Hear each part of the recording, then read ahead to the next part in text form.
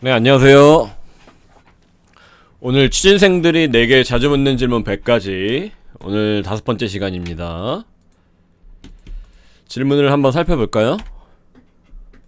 자, 5번째 질문은 자기소개서에 고등학교나 군대 경험을 쓰면 안 되나요? 라는 질문이에요.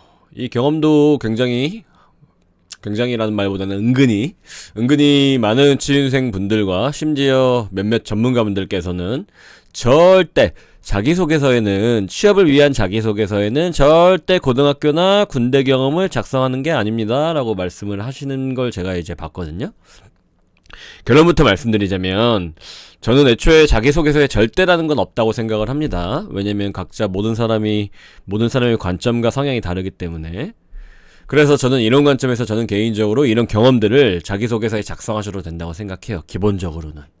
다만 단서가 붙는 거예요. 제가 기본적으로는 작성하셔도 되지만 다만 단서가 붙는데 어떤 문항에 작성하시면 안 되냐? 하드 스킬 문항에는 작성하시는 것을 추천드리진 않습니다. 소프트 스킬 문항에서는 작성하실 것을 작성하셔도 된다라고 제가 말씀드리고 싶어요. 왜냐하면 여러분들 잘 생각해보시면 이건 너무나도 당연하게 논리적으로도 이제 채용 담당자 관점에서도 이해하실 수 있는데요.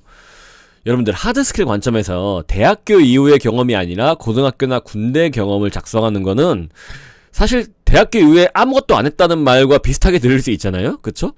당연하게도 최근에 했던 경험이 더 하드 스킬 관점에서는 더 가치가 있을 거고 어떤 전문가적인 역량을 기르는 데 있어서 그래서 이제 고등학교나 군대 경험을 하드 스킬 관점에서 작성하는 것은 저는 추천드리지를 않습니다. 아마도 이런 이유 때문에 전문가분들께서는 이런 이유 때문에 하드 스킬 관점에서 일반적으로 우리가 직무 역량이라고 부르는 하드 스킬 관점에서 이런 경험들 고등학교나 군대 경험 같은 이런 경험들을 작성하지 말 것을 강조하신 거라고 저는 생각을 합니다. 이를 보다 잘 이해시켜드리기 위해서 제가 Q2에서 설명했던 역량빙산 모델 기억나실지 모르겠어요. 역량빙산 모델을 제가 다시 한번 가져와 보면 이 모델을 토대로 제가 위쪽은 하드스킬, 기술과 지식을 말하는 하드스킬이고 아래쪽은 나라는 사람의 어떤 내면 안에 잠들어 있는 성격, 동기, 가치 이런 것들을 토대로 이제 소프트 스킬이 결정된다고 제가 말씀을 드렸어요. 그러니까 제가 고등학교나 지금 군대 경험은 지식이나 기술, 이 당시에 얻었던 지식이나 기술보다는 그 이후에 대학교 이후에 얻었던 지식이나 기술이 더 가치가 있고 더 쓸모가 있을 가능성이 높으니까 대학교 이후의 경험들을 작성하시는 게 좋고, 다만 이 내면 안에 있는 것들, 만약에 여러분들 고등학교 때나 아니면 군대 때 어떤 경험들을 하시면서 나의 가치를 얻었다거나 내가 중요하게 여기는 가치를 깨달았다거나 나라는 사람이 어떤 요소에 의해서 움직이는지 나라는 사람의 성격적 특성이 어떤지 이런 것을 파악하기 위해서는 쓰셔도 괜찮다라고 제가 말씀을 드리는 거예요. 자, 여러분들 한번 잘 생각해 보시면요. 여러분들의 성격, 가치, 동기 이런 지금 빙산 아랫부분에 있는 소프트 스킬과 관련된 요소들은요. 여러분들이 수많은 경험들을 하면서 자연스럽게 형성되는 거예요. 언제부터? 여러분들이 말도 못하던 시절에 여러분들이 이제 부모님께 막 옹알이를 배우면서 그때부터 시작되는 거예요.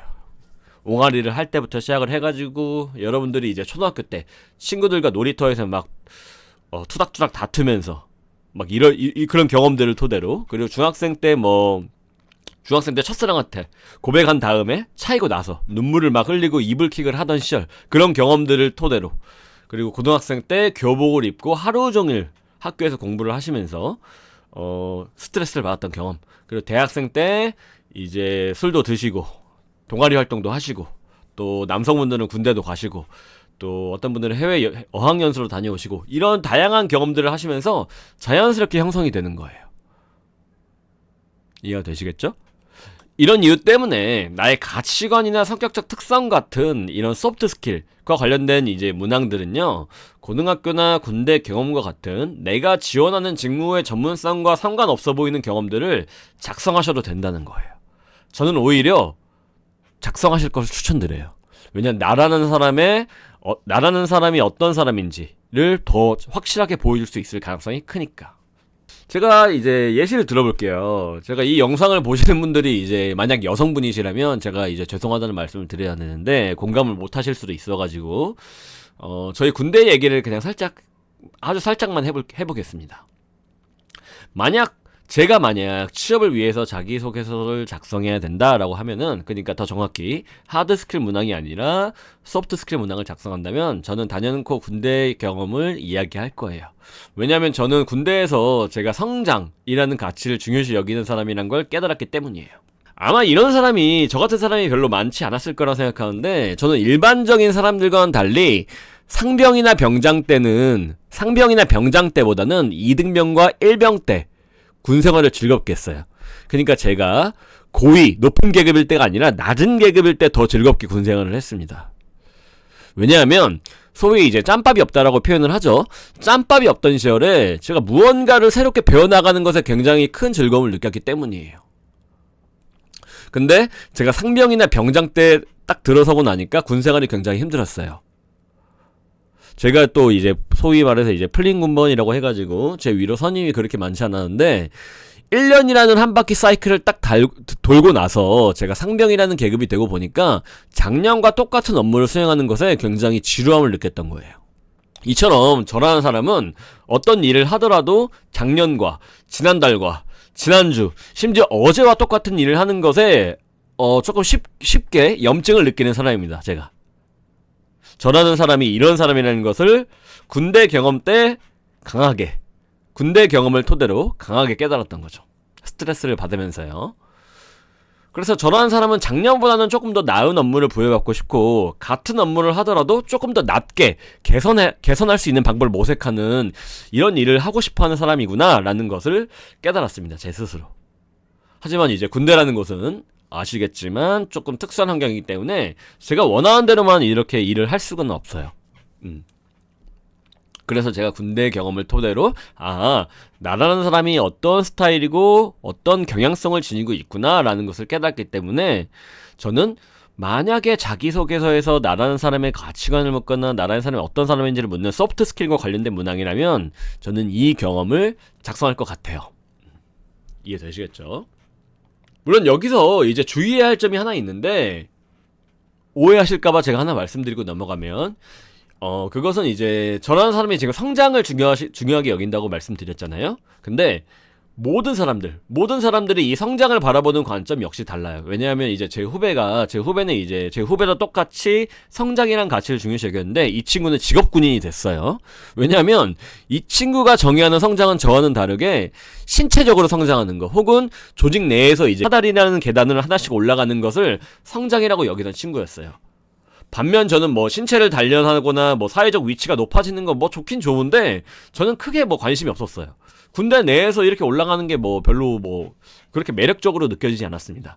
저는 오히려 군대 밖에서 벗어나 사회라는 곳에서 실용적으로 뭔가 가치를 창조하고 전달하고 내가 옳다라고 여길 수 있게끔 이렇게 전달하는 것에서, 혹은 뭐 지적으로 성장하는 것에서 이게 조금 더 즐기는 타입이라서 군대가 맞지 않았던 것이라고 저는 생각을 하게 됐습니다. 정리하자면 저는 이제 군대라는 달갑지 않은 경험을 통해서, 개인적인 경험이에요. 개인적으로 군대라는 달갑지 않은 경험을 통해서 저라는 사람이 어떤 사람인지를 깨달았기 때문에 저라는 사람이 어떤 사람인지를 묻는 소프트 스킬 관점의 문항에는 군대 경험을 작성할 거라는 거예요. 왜냐면 나라는 사람을 아주 잘 보여줄 수 있는 문항이라고 저는 생각을 하기 때문에. 그래서 많은 취준생 분들이 사실 이렇게 자기 자신을 설명하는 자기소개서에 대부분 성공 경험만을 작성하시는데, 하드 스킬 관점에서는 저도 이것에 동의를 해요. 왜냐면 돈을 받고 내가 어떻게 일을 할 것인지를 묻는 게 결국 이제 하드 스킬이기 때문에 나의 전문성을 100% 피력을 해야 된다라고 강조를 드리는데, 저는 소프트 스킬 관점에서는 오히려 실패 경험을 작성하라고 좀 권유를 드리는 편이에요. 왜냐하면 심리학적으로도 그렇고 뭐 뇌과학적으로도 그렇고 우리 인간은 실패로부터 성장을 하고 위협이 되는 경험으로부터 나라는 사람의 진면목이 드러나기 때문입니다. 그래서 제가 이제 프랑스 파리 이제 국립과학센터 인류학자인 스콧 에트런이라는 분의 말을 빌려왔어요. 이분께서 신성한 가치는 위협을 받을 때에만 그 진면목이 드러난다, 이런 멋진 말을 해주셨습니다. 여러분들 생각해보면 이는 매우 자연스러운 일이에요. 뭐 생물학적으로도 굉장히 자연스러운데 뭐 간단히 제가 예시를 들어오면 여러분들 먹을 게 없어야지만 음식의 소중함을 깨닫는 게 당연히 인간의 본능 아닐까요? 그쵸? 그리고 우리 뭐 가까운 이웃 나라로부터 미세먼지가 날라와야지만 우리가 공기의 소중함을 깨닫게 되잖아요. 집 밖에 나가서 고생을 해봐야지만 집과 가족의 소중함을 깨닫듯이 여러분들이 중요하게 여기는 가치는 여러분들이 살아오면서 겪었던 어려움에 의해서 드러나는 경우가 굉장히 많습니다. 저는 사실 제가 앞에서 말씀드리지 않았지만 제가 군대에 가기 전까지 꿈이 직업군인이었어요. 근데 군대를 가고 나서야 제가 내가 군대에서 굉장히 많은 스트레스를 받을 수 있는 사람이구나 라는 걸 깨닫고 꿈을 접었고, 저는 해외에서 수년간 일을 하고 나서야 한국에서 사는 것이 얼마나 행복한지를 깨달았습니다. 여러분들께서 어떤 사람인지를 고민할 때 여러분들이 어떤 어려움을 겪었더라? 라고 고민을 스스로 질문을 해보시면 굉장히 도움이 되실 거예요. 그리고 저는 그런 경험을 작성하기를 추천드려요. 그게 대학교 경험이든 고등학교 경험이든 군대 경험이든 재수 경험이든 상관없이요. 그래서 저는 소프트 스킬 관련 문항에서만큼은 경험의 소재를 가리지 말 것을 추천드리는 편입니다. 그래서 정리하자면 일단 여러분들의 가치관이 먼저 무엇인지를 고민해 보시고, 그 다음에 그 가치를 잘 드러내는 소재가 뭐였더라? 내가 어린 시절 어떤 경험을 토대로 이 가치가 중요하다는 것을 깨달았지? 이런 관점으로 질문을 해보시면서 어떤 경험을 작성할지를 고민해 보신 다음에 그 경험을 이제 채용 담당자가 공감하고 납득할 수 있는 방법으로 어떻게 정리를 할까? 어떻게 글을 쓰는 게 맞을까? 라고 고민하시는 것이 올바른 순서라고 생각을 합니다. 이해되시겠죠?